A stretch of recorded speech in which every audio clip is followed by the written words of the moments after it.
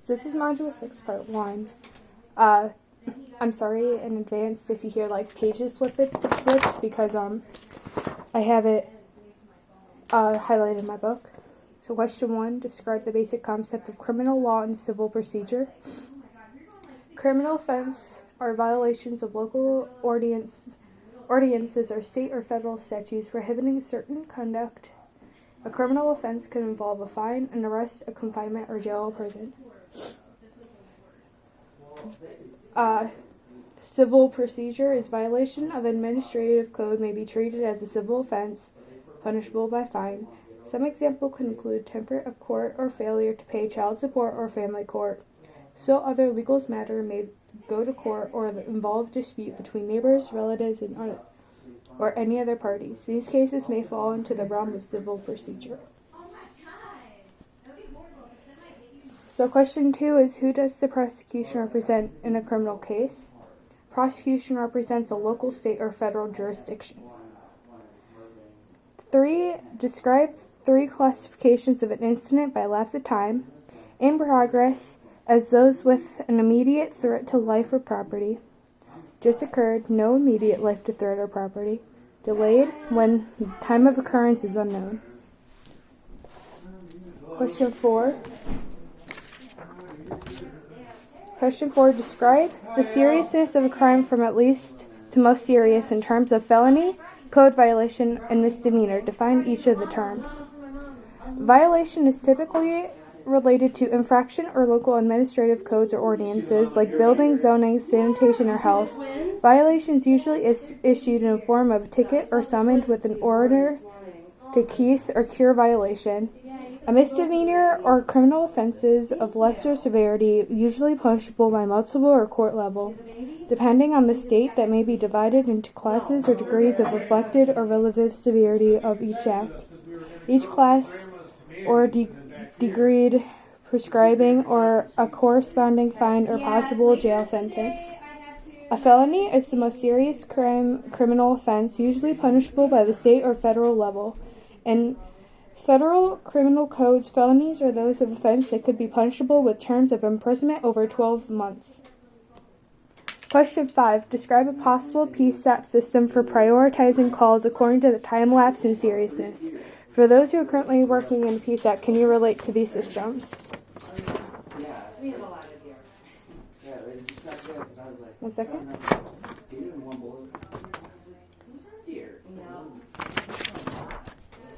Many PSAPs have created a system to prioritize calls based on the factors discussed above.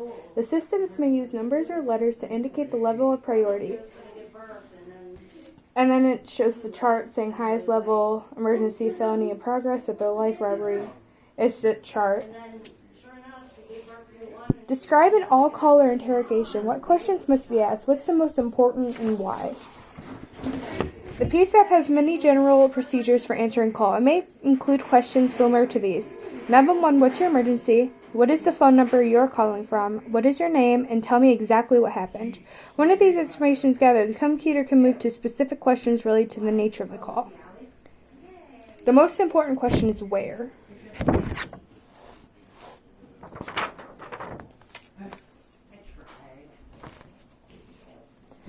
Question 7. Describe how a guide card system works. Why would PSAPs use guide cards? Many PSAPs use guide cards, either printed or flip card or electronic, as a tool to help public safety telecommunicators perform duties of call taking and dispatch. Guide cards are available from APCO and any other organization. In many agencies, guide cards are customized to comply with the standards and procedures of the agency. Cards are typically available for fire service, emergency medical dispatch, and law enforcement. Question 8. Define abduction, kidnapping. What pertinent information does a telecommunicator need to obtain from a report of the incident? Abduction or kidnapping are incidents by which a person or unlawfully removes another from his or her place of residence or business, or a substantial distance from the vicinity where he/she is found, or unlawfully confines to another for a substantial period in a place of isolation with any other following purposes. The pertinent questions are Tell me exactly what happened, in progress or time lapse, any weapons seen, any injuries to victim, vehicles involved, mode or direction of travel, symbols, description of victim, victim known to caller, description of the suspect, known caller, victim, relationship, violent or mental health issues, who was the last person to see the victim, does the victim have a cell phone, phone number, or wireless phone?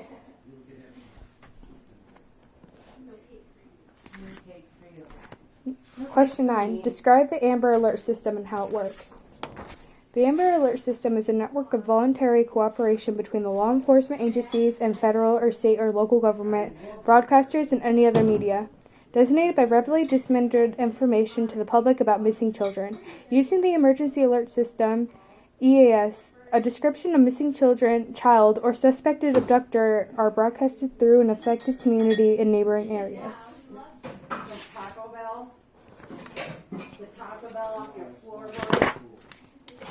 Question 10. The category of missing and exploited children include many different types of situations. List and describe 4 cases covered in the text.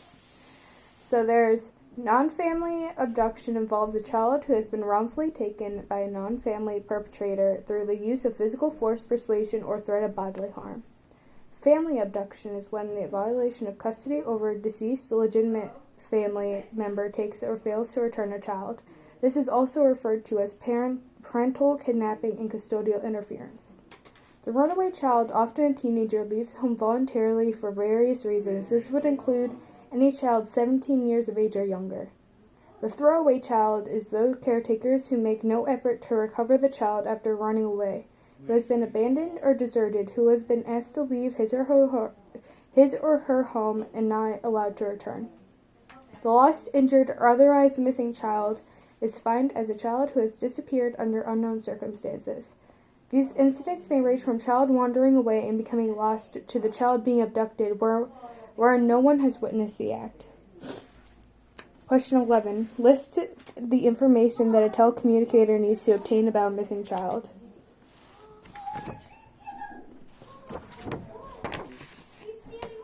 Obtain information about your child is primary language proficient in English. Any unique identifiers on clothing such as color, logos, or wording. Any backpack, book bags, toys, or any identifiable possessions. If so, gather color, size, brand marking, or logos.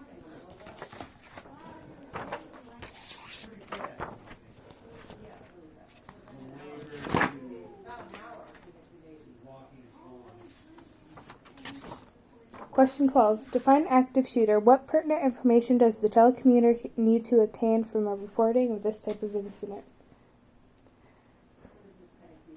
Is the caller in a safe place? When did this happen? What's happening right now? Still shooting or has it stopped? Where is the suspect now? Do you know who the suspect is? More than one? How many? What are their description? What type of weapons are they using? How many do they have? Any explosive devices? Where? Any hostages? How many? Where? Anybody injured? How many? What types of injuries? Extent or injuries?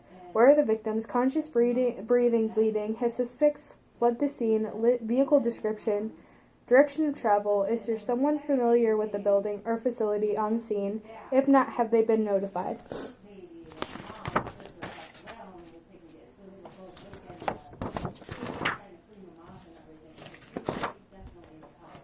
What is the difference between assault and battery? This is question 13. Assault is unlawful attack by one person upon another, but without physical contact, perhaps a verbal assault.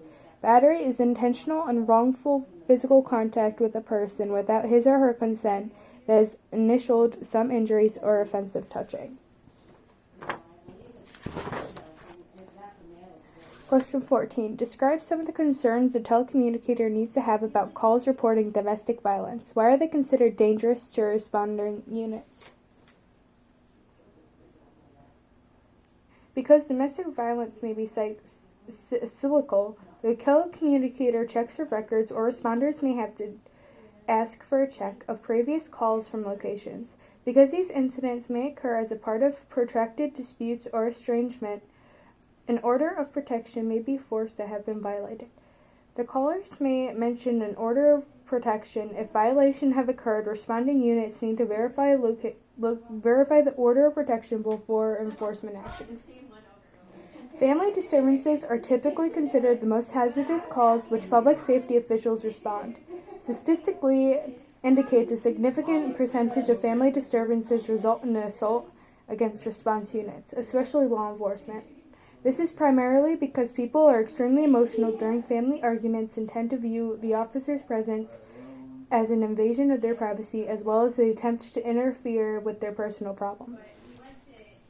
Question 15. Describe the role telecommunicators play in stabilizing situations in case of homicide. Telecommunicators play a vital role in stabilizing this type of situation until the arrival of response units.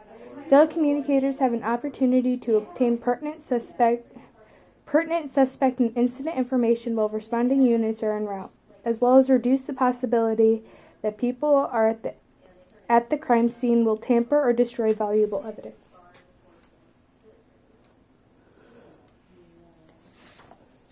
Question 16. What information does the telecommunicator need to obtain from a call reporting a hostage situation?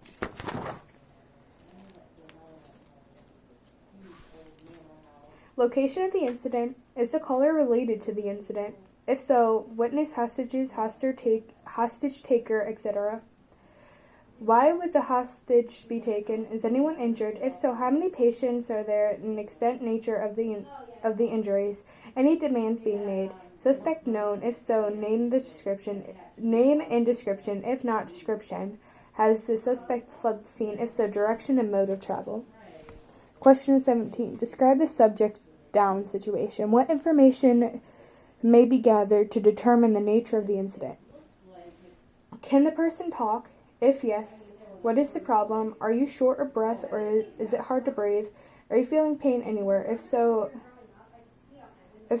where? Do you feel lightheaded or dizzy? If no, describe what the patient is doing. How does the patient look? What is the patient complaining of? Does the patient answer your questions? Is the patient acting normal for them? If no, what is the difference? Have you checked for a medic alert tag? What does the medic alert tag say? Do you know if there's any sudden onset or was it gradual? Has the patient had any chest pain? Question 18. Describe the concerns related to reporting of missing persons. What pertinent information does the telecommunicator need to obtain in this type of incident? The mental condition of the suspect is important. Factors include whether the subject is dependent, mentally ill, suicidal, or homicidal. Other important factors include whether the subject is chronically ill or may have been under the influence of alcohol or drugs in the time of disappearance. Location of incident, last known location for a missing person information, physical description. Follow your PSAP protocol for obtaining personal description. In addition, the following information is important to obtain. Was the person alone or with anyone? Was anyone injured? Medications being taken, medical control, mental or physical disabilities. If critical medication has been taken, what does the next dose do? Does the person have cellular or telephone? Possible mode of travel, foot, vehicle, bus, etc. If in a vehicle, refer to the vehicle description symbols. Is the first time have they been missing? Is there any unusual suspicious circumstances? Was the suspect feeling suicidal prior to going missing?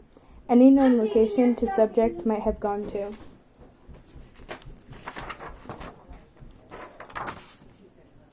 I could not find question 19, but the question was, what should the telecommunicator never assume when taking a report of a deceased person? I could not find that one. But I don't know if that's from this morning or not. Question 20. Describe the protocol and procedures that go into effect when reporting an officer down comes into the PSAP. When the call of an officer down comes into the PSAP, it is a high priority emergency. It is important for the telecommunicator to be familiar with the PSAP policies and procedures to perform with top professionalism during a demanding situation. PSAP protocol may require sounding alert tone or closing the radio network alerting personnel in the PSAP in the chain of command. Gathering pertinent and accurate information is important. Relaying information to and from the chain of command and 2 infirm report responders in the field may be critical to successful resolution of the incident. Question 21. Describe the concerns related to reporting shooting, stabbing, and the information that the telecommunicator needs to obtain and initiate response. Reports of a shooting or stabbing may involve in the accident or may be the result of an assault or attempted murder. The first priority is assisting the person who has been shot or stabbed and is tending to injuries. EMS may not enter the area until law enforcement has secured the scene. Simultaneous dispatch of law enforcement and EMS help to ensure timely response and provides needs of necessary scene safety. Obtain as much information as possible, including suspect or vehicle description, direction of travel, and other information. The safety of the scene is critical to determine and relay response units, so the telecommunicator should always attempt to determine if there is a weapon on scene or if the assailant is nearby. Question 22. Describe special concerns related to the report of a rape and the information that telecommunicator needs to obtain to initiate response. I am sorry, there's lots of people here. The victim should be questioned to determine that they need to bathe or dispose soiled garments. If victim is not bathed, they should be instructed that they should not be done prior to arrival of the scene. Pointing out valuable evidence may be destroyed, and any clothing or other items of evidence may be kept from contamination. Obtain as much information as possible about suspect and vehicle description. If the caller indicates the suspects have left the scene, try to obtain mode and direction of travel. Depending on the local protocol for response to these types of calls, the telecommunicator needs to dispatch law enforcement and EMS units and possibly notify a specialized response team, for example, major crime units. Oh my gosh, they're learning to walk right now. It's so wiggly. Question 23. How can a burglary be distinguished from a robbery? What pertinent information does the telecommunicator need to obtain from a report of this incident?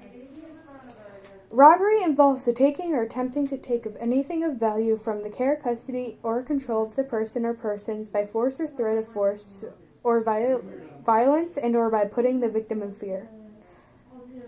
Callers may have reported that they've been robbed or held up when they mean homes or businesses have been broken into and their property stolen, which is burglary. 24. Bomb threats may fall into different types of cases. Name and describe these types of cases. How do different types of bomb threats affect being gathered information by the telecommunicator? I cannot speak today. So there's third party. There's third party. An individual reporting a suspicious package, container, or device by which they believe they could be the bomb or explosive device. There's first party. Individual suspects reporting they have made, planted, or sent a device. Due to third-party nature of these calls, it's so often difficult for telecommunicators to obtain much specific information about the bombs or the persons threatening. However, the following individuals may be of assistance. The telecommunicator should ask these individuals to meet and speak with the response units as they arrive on the scene. Then last question, question 25. State how the telecommunicator should record the wording of a bomb threat. Bomb threats may also receive in the PSAP directly from the suspect.